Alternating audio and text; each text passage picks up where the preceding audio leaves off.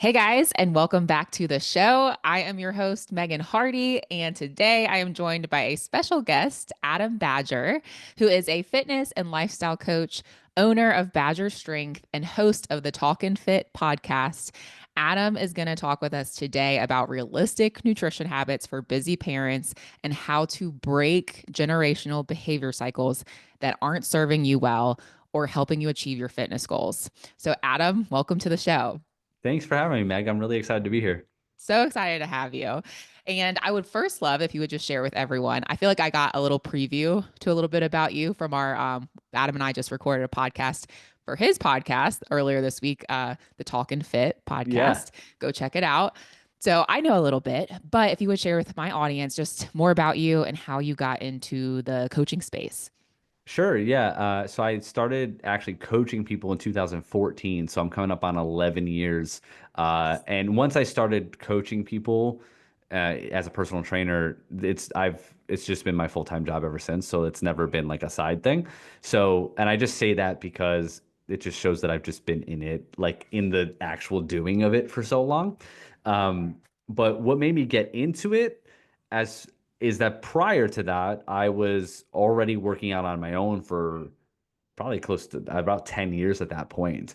I started working out when I was around 12, and just because I used to be a skinny kid, but then became a chubby kid and didn't like it. So I started really early, just kind of paying attention to my nutrition and working out, which sounds like a cool story, but actually that led to like a lot of unhealthy relationship with food and fitness for many, many years. And that was kind of like lasted a long time. But as far as my decision to start coaching people, I wish I could say to you, like, oh, well, I just was so motivated to help people and I wanted to share. Really, it was just, I thought, well, that seems like a fun job. I like working out. I could be in the gym all day. And I just kind of was working a bunch of dead end jobs in my early 20s and thought, well, that's something I like to do. I had trained like a couple of my friends for free and always enjoyed that. So then I started doing that. And then once I started seeing, which is an interesting, is ironic, is when I started seeing results, meaning I was making a living doing this, I was like, oh, this is amazing. And then I just kind of went all in on doing that. Love it. I love it. And you started really paying attention to your like nutrition and stuff at what age? How old were you? I was like 11, Okay. 11, 12. I remember Wow. when I was 11, from age 11 to 12, like that transition when I was going from sixth grade to seventh grade, I lost like 25 pounds by just start exercising and like changing my nutrition. Now, keep in mind, like I didn't know or was not educated on nutrition whatsoever. I just did like, oh, I stopped drinking soda and started drinking water.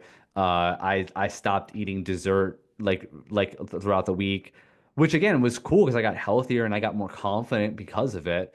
But I didn't understand it. So it made me kind of afraid of certain foods and kind of stuff that a lot of people probably deal with. Which, Hmm. when we talk about breaking generational cycles, like now that I have two kids of my own, I'm very conscious of the way I talk about food in front of them. And I never comment on my body or other people's bodies or anything like that. I always focus on when I'm talking about food, I'm talking about it in terms of like, I like this food or this gives me energy and things like that. I try not to overly fetishize sweet foods and just act like, oh, these are just foods that we eat sometimes. Like it's not a big deal. So little things like that are helpful, which I'm sure we'll get into. Oh yeah. No, I was like, oh, I definitely want to go there too. Cause I mean, I think a lot of people can relate to this and majority listening are women, but also some men too. And it's not exclusive just to women, obviously. Like I think starting at Yeah. such a young age of, realizing, oh, like I want to lose some weight and you did, but then it created this like you said, relationship with food for many years that was not Yeah. great. And it was like from a more fearful place.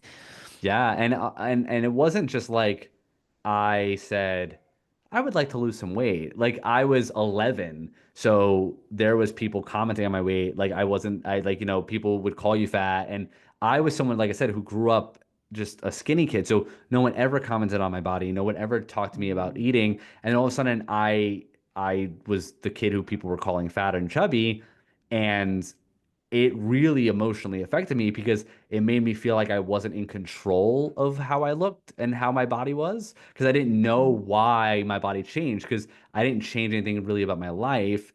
One interesting thing is I know we're going deep real quickly, but I like it. Let's I go.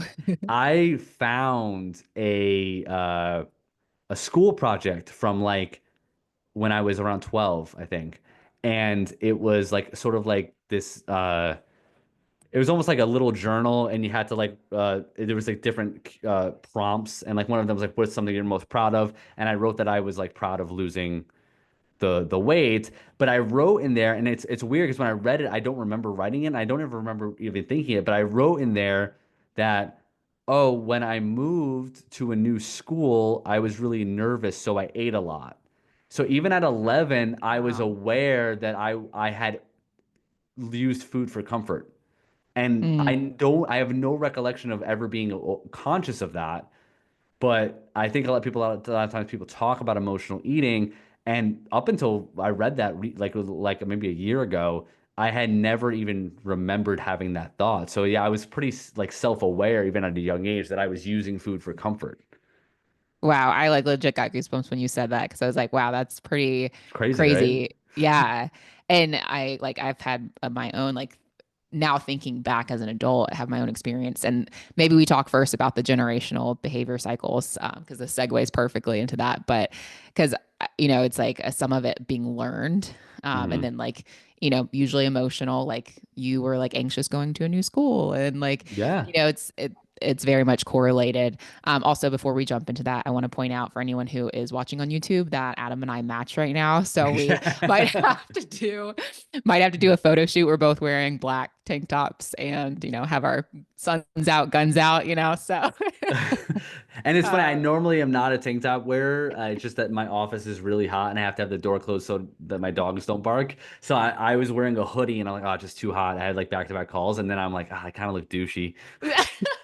hey, if you look douchey, I look douchey too. No, So no, it's girl, like, no, girls get a pass. Guys look douchey with tank tops, girls don't. yeah. This is true, actually. My husband says the same thing, and he always wears t-shirts or long sleeves in the gym. And I'm like, but meanwhile, I'm like, how do you not have your armpits free? I sweat. Like you'll see, Oh, like, so I'm like, how do you do that? And he's no, like, I mean, I don't want to wear a tank top. I vibe with him. I never work out in a tank top. I always work out like it'll be July and I'll be working out in a hoodie. Yeah, I don't understand. I do not. I'm like, I can't breathe. I can't breathe. If I showed up to the gym wearing a tank top pre having a pump, it would throw off my entire day. Like I would just feel like I can't even focus on my workout right now because I feel so uncomfortable. I feel so uncomfortable. Yeah, yeah. That's too funny. Well, if you would share with us, like, if we could dive into the generational behavior cycles topic, because again, I think I'm sure you have your own experience with that. Hmm. I would imagine, and I'm sure working with clients, you come across this a lot, and hence why this is a topic you're going to address for us today. But then also, I even think about your experience, like, how did you like? Why did food become the thing that you went to when you were feeling anxious? Even that. So I'd love if Yeah. you could talk on So that. I'm not sure necessarily like what the root of the relationship with food is, but I think that one thing that kind of runs in my gene pool, which I'm trying to be aware of too now that I have kids, is this sort of like an addictive personality. And I think I just kind of latched on to food. Now, I wasn't like someone who was like a closet binge eater or anything like that. It was just I never under like I never was even aware that food had anything to do with how your body looked. I didn't understand that. Mm, It's just like food, just I ate food that I felt like eating and it tasted good. And I think as a kid, when I was younger, I wasn't necessarily overindulging a lot because, when you're like 5 or 6 years old, you're just running around all the time. I lived in Queens, New York, which is, if you're not aware, like when you live in Queens, like the five boroughs area, you just walk a lot of places. So I was outside a lot. We walked everywhere. We didn't have a car, so we would just walk to the grocery store, walk to Blockbuster at the time and like rent video, play outside a lot. I had two younger brothers, so I was always wrestling and playing and stuff like that. So really, I was burning so many calories, it didn't really matter what I ate.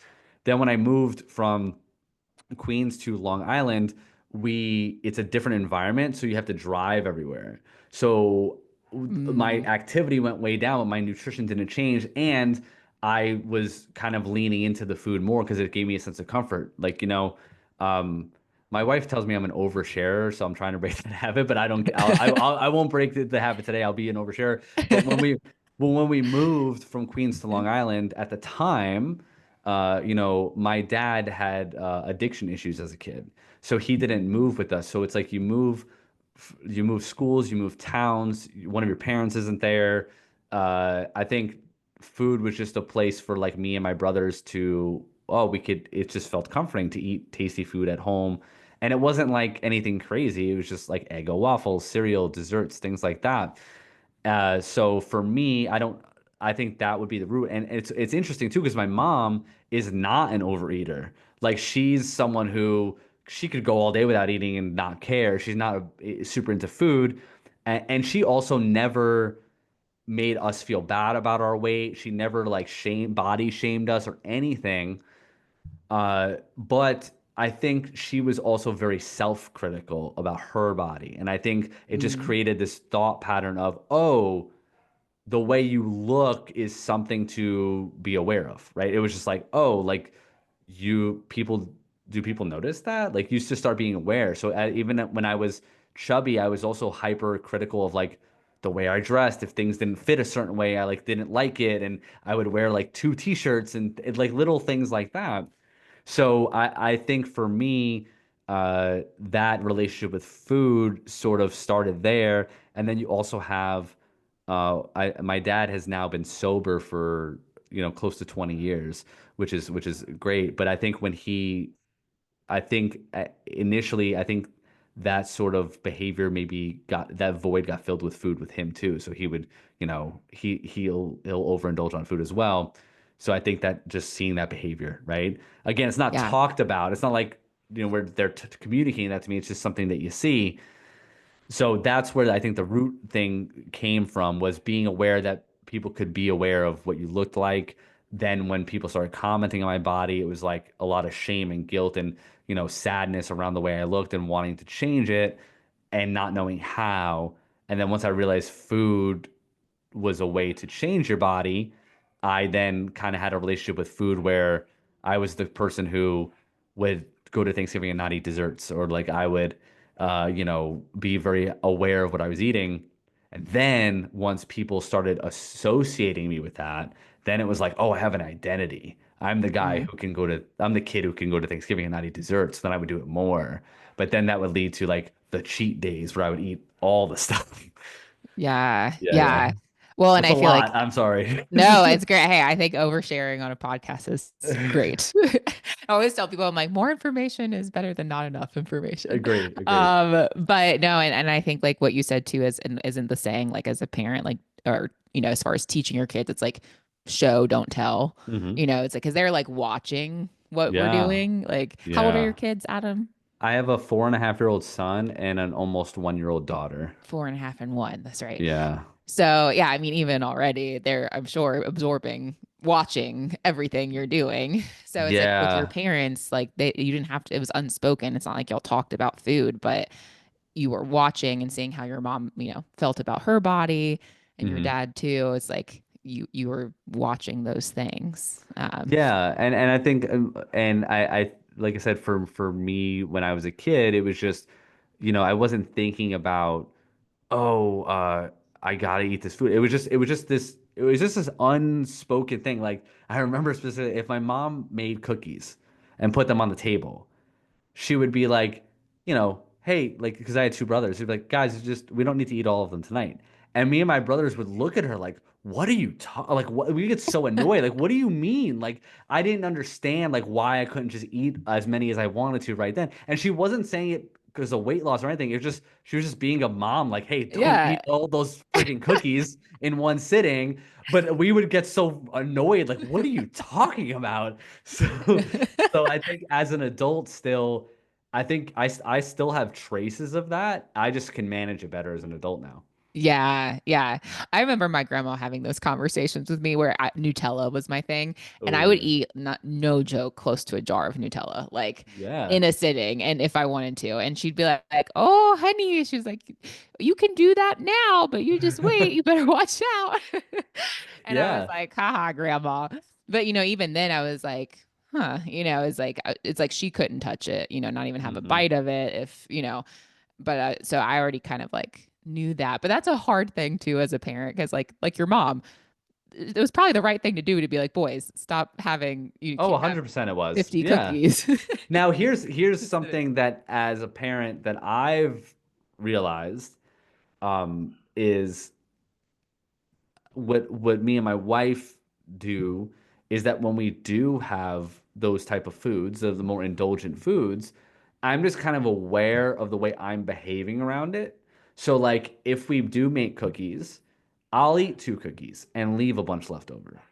And I don't say to my son like you can only have to. I just like, oh, he just sees that we have two and then we're done. And I little things like that I try not to. And again, I'm not perfect about it. There's definitely times where I've said like let's slow down. Like, let's slow down on things. So I'm not like perfect about it, but never in a way that that's bad for your body. That's gonna make you fat or anything like that. It's just more of, hey, listen. And sometimes we've even allowed him to just so he can be aware of how it made him feel. So like for example, one time we went out to get donuts at this local donut shop on like a Saturday morning, and me and my wife always, again, just behaviorally, we just always eat a protein when we eat something. So we'll Mhm. just, if we do that, we'll just bring a protein shake, and not because we're Yeah, on a diet, just because I just don't feel great after I eat just a donut. just So sugar. Yeah. yeah, so we'll bring like a little one for my son, which is like whole milk and like half a scoop of like whey protein. He likes it, but he Nice. didn't want to drink it. And then he ate the donut, and then he had like this really bad headache. And so then we said to him, was like, listen, like that's why you had the headache was because you just ate a bunch of sugar. So you should probably eat a protein with it next time. And now he's just more aware of that. So Yeah. again, not saying I'm not on a pedestal like I'm a perfect parent, but little things like that, I'm not going, that's bad for you. We only eat that once in a while. And also I'm not going, oh my God, donut's so good. I can't stop myself. It's like we each get a donut, we eat it together as a family. It's an enjoyable experience, but then it's over. Yeah. Oh, so good. So good. And I like you're teaching them like how to make yourself feel good and looking at Yeah. food that way. Like we can enjoy this together, but then like having some protein with it, like educating on, why mom or dad eats this way because it makes me feel good and this is why. Yeah. And like I mean, shoot, I'm like I wish I had known even like about protein, fats and carbs, macros when I was, like Yeah. I'm like I didn't know. So and that's one thing for me like with my background and growing up like was definitely more of like the emotional connection to food. Like, oh Hmm. yeah, you have something amazing happen. Yay, celebrate with food. Like everything was surrounded about food, right? And then if you're sad, like let's go grab ice cream or whatever, So it was like that kind of correlation to food, but not so much about how does it make me feel when I eat it? Like I Oh yeah. guarantee I did not feel good after eating a whole jar of Nutella. No, But I remember many, many times overeating and not feeling well afterwards. And I was aware that that's why I didn't feel well. But I empathize with people who deal with that because once that the bad feeling goes away, you kind of forget about it, and then you just Mhm. remember how good like the food tasted, and then you just can't wait to eat it again. So I always try to tell people that having an emotional relationship with food or using food in an emotional way isn't like a bad behavior. It just needs to be managed. Because I'll Mhm. be honest with you, even as a professional doing this, for many years and keeping myself in good shape year round and having good nutrition habits, I like what you described about like celebrating with food. I still do that and want to do that. Like Yeah. if I mean, I'm talking about like if I have like just like a really productive work week, I'm just like, oh yeah, like what am I gonna eat tonight? Like I just like I go there in my head, but I just am better at managing it now. So I always say that food, no matter what emotion I'm feeling, food is uh always just adds value to it, right? So if I'm Yeah. sad, food will make me feel better. If I'm happy, food will make me happier. So I have that relationship with food. I just manage it and set boundaries around it. and it takes time. But once you can get to a place where you're doing that and you're not looking you're not looking at it as like a restriction, and you're Mm, making yourself aware that this is food that's always available. I can have it whenever I want. I'm just not gonna overindulge it frequently. That's one thing that works for me is when I do eat foods that are maybe a little bit more indulgent, I don't want to track them and I don't want to have to think about the calories. So what I do is I reduce the frequency that I do it. So I don't have like cheat days and stuff like that. But what I do is, hey, for me, eating out 1 or 2 times a week every week and allowing myself the freedom to do that and not tracking those calories, not worrying about them, it's a sustainable way for me to live. So yeah. that's what I do is I just reduce the frequency. Yeah, that's a good point to make, like managing it, Managing it, because yeah. food is like a very happy thing. Yeah, You 100%. know, that's actually one of my co-coaches. She always says like, "Are you eating for pleasure or for purpose?" It's and I literally sometimes use that, do yeah, you use that that? same line. I tell people if you can go 80% purpose, 20% pleasure, Yeah, then you're in there a you go. good spot. Well, and that's the thing is because like sometimes eating just simply for the pleasure is okay. Like Yeah, it's just totally. managing that. It can't be 80% pleasure. That's And where the being issue. aware of, is this actually bringing you pleasure or are you just coping? Yes. Because Oh, that's so a good. that's a big that's a big difference, right? Because I always tell people like the half-eaten bag of stale Cheetos in your pantry that you're shoving down your mouth at 11 o'clock at night on a Monday, that's not bringing you pleasure. Mm. So that's not in your 20% pleasure bucket. Pleasure is me and my family, me and my husband, me and my best friend, me and my parents went out for a nice meal together and it's good food. Like so I always think if I'm gonna eat pizza, then I'm gonna get pizza from my favorite pizza place. I'm gonna try like a good flavor. I'm gonna eat what like however much I want of it because that's pleasure. But pleasure for me isn't, oh my God, I had a rough day today and throwing a DiGiorno in the oven and just eating the whole thing because I'm not feeling well that day. So like you have to really understand like pleasure and numbing stress are not the same thing. Oh, that is such a good point. I'm so glad you said that. Thank you. I actually, one thing, this is not related to food or fitness, but it does actually translate over is it was talking about other things people might struggle with or strongholds, other addictions, stuff like that. But someone recently said, if you feel like you can't talk about it, then it's already an issue. So Yeah. whatever that is in your life, if you feel like you can't talk with anyone about it, and you're like, I don't know if this is really an issue for me though. It is. Like if you feel Yep. like you can't talk about it. So I could think to myself, like when I go in the fridge, same thing. It could be a DiGiorno pizza that I eat, crush the whole thing because I'm stressed or bored or whatever, versus like going out to my favorite pizza spot, maybe with my partner or posting it on social media. Like that's a different experience than like Yeah. crushing, a sleeve of Oreos in the pantry by myself. Also, too, the nature of it creates barriers that prevent you from doing it more frequently, right? So if you're like, when I want a donut, I'm gonna go to my favorite donut shop and get the flavor that I like. Like, there's a couple of barriers there that you now have to Yeah. like plan ahead a little bit. Whereas if you just like go through the drive-through Dunkin' Donuts and get a stale donut from there, there's no barrier there. So I think if when you really get into that, oh, is this pleasure or is it like stress coping? You can then it naturally creates some boundaries that you won't be able to do it as frequently. So to kind of, touch on the parenting thing, like I love my kids. Like I obviously that's so cliche to say obviously, but like I genuinely like I could just look at them and tear up because of like how much I love them. Aw. But they're also extremely stressful and very difficult. But I say that because like as much as I love my kids, I I I value spending time with my wife maybe more, but maybe just because it's more infrequent nowadays because we have 2 kids. But like, if you were like, that cliche question where people go like, "Oh, if you could sit on a long flight next to anyone from history, like who would it be?" Like, I always feel like I would have the most boring answer to that because I would just be like, "Oh, I just want to sit next to my wife." So like, without kids, Aw. like so. Um, I'm gonna send this to her after so you get major points, okay? I'm just I may saying. have told her that already, Okay, but good. but but I think but for real though, like I have no interest in talking to Michael Jordan for 7 hours on a plane. Like I would rather just be Yes. with my wife.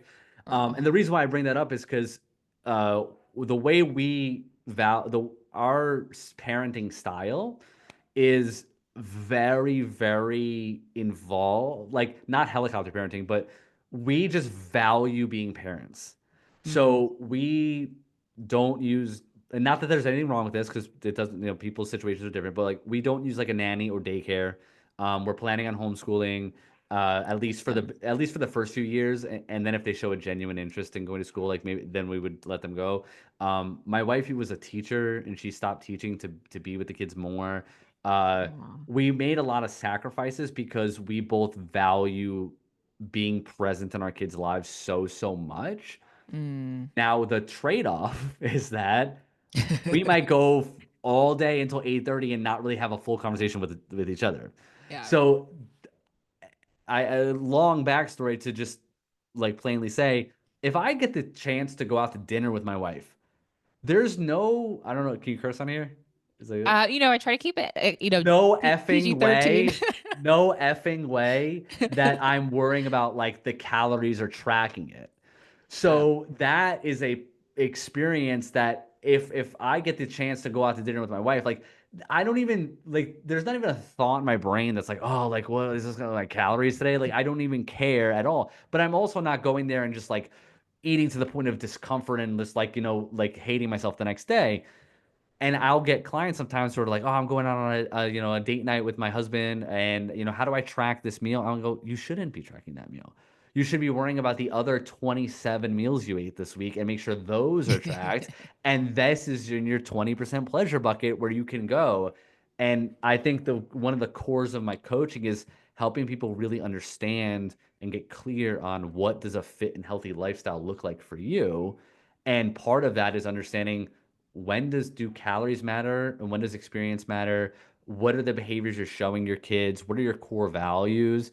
So it ties into the stuff we're talking about. I just really like to hammer that point home of that there's certain circumstances in life where the nutrition components of your meal are just not the most important part of that meal. The experience you're getting with being someone that you enjoy being with is way more beneficial for your physical and mental health than if you had tracked that meal.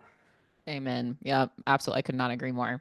And like that's where I think a lot of people they think they want like just tell me what to eat, like Yeah. a template, like whatever, but you really don't. Like it's just not sustainable and it's not even like because it's not going to work. Like how you enjoy time with your wife and the things you do is different than how the things that work for me and when I choose to indulge here or there, whatever. So it's like you can't make that a template. Like you need a little Yeah. bit more flexibility, and that's where like the sustainability factor comes in. Also, along with the generational behavior cycles topic, would you share even just like any other experience you have, like as far as what you see with working with clients and breaking generational cycles, and also any advice or tips you would give for people on how to do that if maybe they feel like that's an issue for them? Yeah, so I would say the big one that maybe people don't talk about enough is getting very clear on what your core values are as a person. Um, we Most people give up so much authority of their life to anyone who seems like they know more, especially now with health and nutrition. People are just totally not trusting their own instincts, Mm. and they're all or nothing. They're either super obsessed with their health or they're completely off the rails.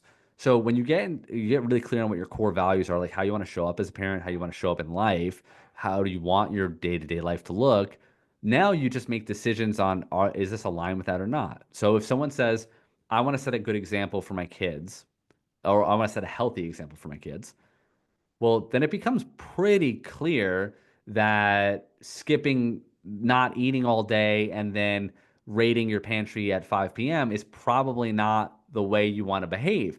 But on the flip side, m- meticulously weighing out your raspberries is also probably not aligned with that either. So you have to really be aware of that first. But some more like tactical day-to-day tips is, you know, would you would you choose to pass on your behaviors to your kids? You have to ask yourself that. Mm. So if someone said, "Hey, listen, your daughter is going to grow up and uh, treat her body and her mind how you do," do you want that? And if the answer is like, oh, like no, if that gives you makes your stomach turn, then like you said, then you know it's a problem. Like then Yeah. it's a problem you probably need to fix. And it probably doesn't mean you need to read the ingredient list on every single thing you eat, but it probably means you should stick to some basic principles. And the basic principles I like to coach my clients on is, are you eating around 3 to 4 meals a day instead of snacking all day? Are there, are you at least you don't have to be meticulously tracking it, but are you aware of your calories that you're eating? Are you eating protein at each meal? Do you eat fruits and vegetables? Like, how often do you cook at home? Does Are you coping with stress with food and alcohol? Like, you have to start thinking about this stuff. And I know that's like not very hacky or tactical, like, oh, you could just do this tomorrow, but you just have to start being aware of it because you going on and off diets, but then feeding your kids chicken nuggets is not really going to help because they're going to eat the chicken nuggets and look at you. One day you're eating a salad, and the next day you're eating the chicken nuggets and going, oh, I just can't control myself around this. Well, yeah, that's what they're going to do when they get older. Yeah. I like actually that's probably one of the most common conversations I have with women on consultations is I always try to dig a little bit deeper than the okay, you want to lose 25 pounds. Like, okay, great, but why? Right? Like, you keep asking why, and you get that to that real answer. And that is probably one of the most common responses. One, confidence is a huge one. Even like being intimate with their husbands and feeling Hmm. sexy. I mean, we get real on some of these calls. But then one of the biggest ones is they'll have either kids or, in particular, daughters that they're like, I don't want her to see or follow in my footsteps on how I feel about my body or like my dieting history, all of that. Like, that's a really big thing. And I think a great indicator, like you said, if you're like, I wouldn't want my kids to repeat this, you probably shouldn't be doing that either. Yeah, yeah, and they're gonna see it eventually. Like you can't like hide it forever, and it's probably not as hidden as you think it is either. So Yeah. that's something to be aware of. I think but I also this is something that I think coaching and fitness is very very nuanced, and people try to kind of math their way out of it. Yeah. But I get that having multiple kids and working is a lot. Like it's a lot. And it's like again, especially the way that me and my wife, which we're not the only ones, the way that we parent, there's no like sometimes I feel like I don't even have the bandwidth to think during the day. Yeah. Like if I have I sometimes I'll have 10 unread text messages that require a simple yes or no response, some of them, and I don't even have the bandwidth to like go and respond to some of them. So Yes. it's a lot. And there's times where you're up and you're working and you're going from working to parenting to working to parenting, and then you're trying to squeeze in a workout, and then you're also like, oh, I haven't eaten, so you got to eat a meal. And I get if this is new to you, that's a lot to think about.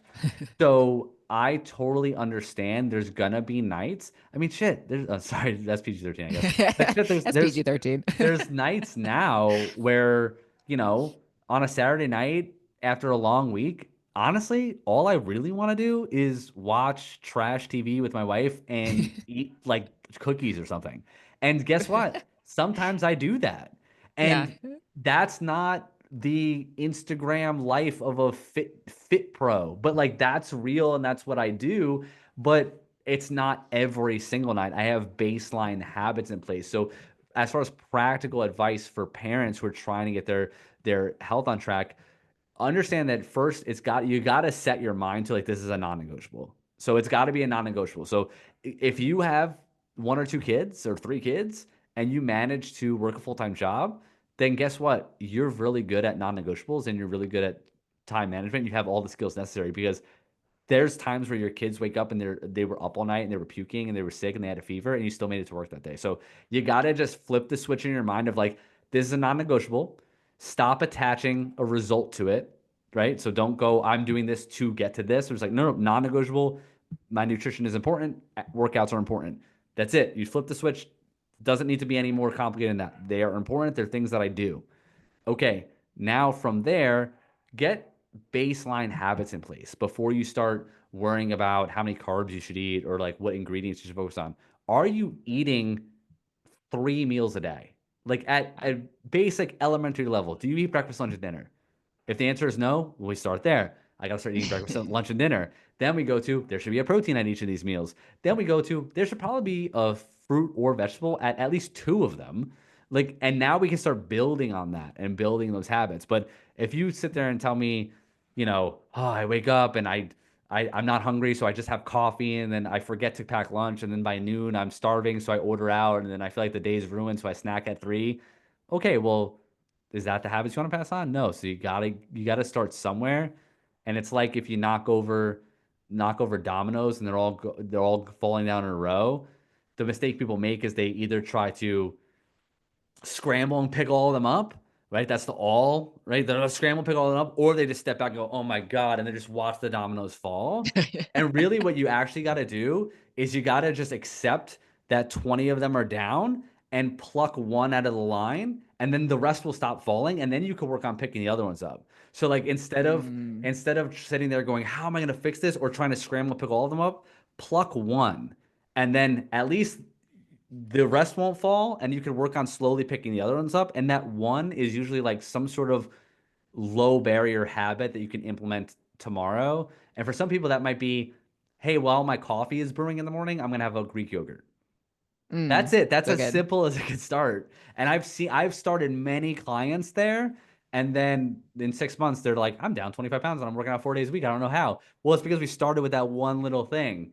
And then you noticed less sugar cravings. You made a better decision at lunch. You had the energy to work out. Like, so you got to just pluck that one domino sometimes.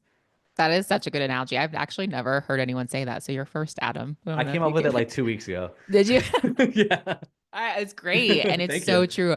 I feel like most people, I mean, then you have more your type A overachievers who are like, holy crap, like all the dominoes just fell. I got to Mhm. scoop them all up as fast as possible and stress myself out that way. But most people, they do what you did, like put their hands on their head and they're like, oh my God, like I just can't do Yeah, any this of is a this. mess. And get it, guess what? I do that in some things in my life too. There's times where there's a room that's a mess, and like my son destroyed the basement and threw his toys everywhere, and I look at it, I'm like, I don't have the energy for that right now. Now I could pick up 5 of the toys, and at least I'm starting to make a dent. But what I'll do is I'll kind of wait till I get like here with it, and then I'll just clean the whole basement. So again, Yeah. but like that's like a small little thing. If you're doing that with your health, then it's probably gotta fix it. Yeah, yeah. Well, do you have any other just like realistic nutrition habits, especially for parents in particular? I feel like it really applies for everyone, and you've touched on some already, but any that you found really helpful for clients, or even for yourself, like kind of like what your realistic, like whether that's meal prep or whatever, like just realistic habits, nutrition Yeah. habits. Uh, Crock pot meals are great. So if you can find some high protein crock pot meals that aren't like advertised as high protein, but they're just a bunch of cheese and cream in there, like so Yeah. like things like pulled chicken and stuff like that, they work well, especially on nights when the kids have sports or something. Like you could set that up at 5 a.m. and just let it cook all day. Don't be afraid of eating things like deli meat or rotisserie chickens like that are cooked at the grocery store. So every time you eat a meal, like I said before with the donut, like have a protein there. Just so that's what I like to do is I always think whenever we're planning our meals for the week, me and my wife go, what do you want for dinners? And we'll just literally just say the proteins. Yeah. And then we just figure out the rest. Another one too is in the morning before you leave for work, take take a meat out of the freezer and put it on the counter because it's gonna defrost and you're like 10 times more likely to actually cook it than if you forgot to take it out of the freezer, right? So do that. If you forget to do that, go to something that's ready-made proteins. Like I said, deli turkey, rotisserie chickens are great. We just had that for dinner last night. I picked up a rotisserie chicken after work just because we didn't want to cook. Those Nice. things really help. Keeping Trying to keep things like eating out to 1 to 2 times a week is very helpful if you're trying to lose weight, and lumping that in with your pleasure meals. So you don't have to feel the obligation to track those. That helps me a lot. For me too, honestly, like if I'm following those basic principles, I honestly don't have to track my food and I can still get pretty good results. So getting those are really helpful as well. And one last one, because I know you have a call that you have to get to. Is you know you don't have to make separate meals. Like you don't have to force feed your kids, but like they'll eat most of the stuff that you're gonna eat. Now, if you have an 8-year old and you've fed them McDonald's for 8 years and now you're trying to switch them, that's noticeably way harder than if you had started early. But like Mhm. setting that example of no, this is what's for dinner. Or one thing I like too is giving them options and allowing them to choose, but you're controlling what the options are. So I'll say to my Yeah. son, what do you want for breakfast? Do you want eggs, oatmeal, or Greek yogurt? He's got three choices. He gets to choose, but I know those choices are online. I don't go, do you want Fruit Loops or eggs? Yeah. Because then he's going to choose Fruit Duh. Loops. Yeah, right. Even though he's never had them, he'll probably be like, I want the colorful box. I don't want eggs. Yeah. So those have been really helpful for me as a parent. Again, I understand that I had a lot of these habits built before having kids, so it made it a little bit easier of a transition. But you know, you got to start yesterday if you want to make these changes. And it's never too late to start. Like Yeah, no, if never you're too working late. on it yourself, you can also it'll help and benefit your I've kids too. seen parents. I mean, like so, like a parent with kids who are adults make these changes and then their kids start to follow, right? So like So if good. you're 50 and you're doing it, there's a higher likelihood that you're like I have one client, she's in her late 40s and she has a 18-year-old daughter that's now going to the gym with her because she sees her mom going to the gym, That's right? awesome. Little things like that. So it's never too late to start. You just got to like start and they'll kind of follow the lead. Yeah, I love that so much. And we actually do the same thing, the protein. Sometimes when we're just not feeling creative for meals that week, we're like, okay, what are our protein sources? And then we can fill in some kind of carb or veggie or starch or something around that. And the Yeah. same thing, like if you have those protein sources, like if you're trying to feed a family, you have your protein options and you can probably fill in Yeah, a lot of the totally rest you of it. can. So good. So good. Well, we are at time. I gotta hop off of here, but would you please share with everyone? I just appreciate you coming on and it's just sharing from such a personal, relatable perspective. I think a lot of people listening are parents too. Would you just share with everyone where they can find you and how they can connect with you? Sure, it's Badger Strength on Instagram. Badgerstrength.com is my website. And then Talk and Fit with Adam Badger is my podcast. All of those places have at least one link where you could get a free resource and then get on my email list. And if you do get on my email list, I send, 3 to 5, usually 5 emails a week with just tips and things like that. So yeah, that's where I would Nice. go. Nice. Adam, you're on your email game. I like it. Trying. Juggling a lot too. Busy Yes. dad too, and five Oh, emails a week. I looked over right now. I have 5 text messages from my wife. There's a high likelihood that she might have just pulled in with both kids, and then I gotta run and You gotta run and I go gotta help. tag out. Yeah, tag out, tag out. Well, go tag out. Thank you so much for your time today. I All really right, appreciate no problem. We'll talk soon. it.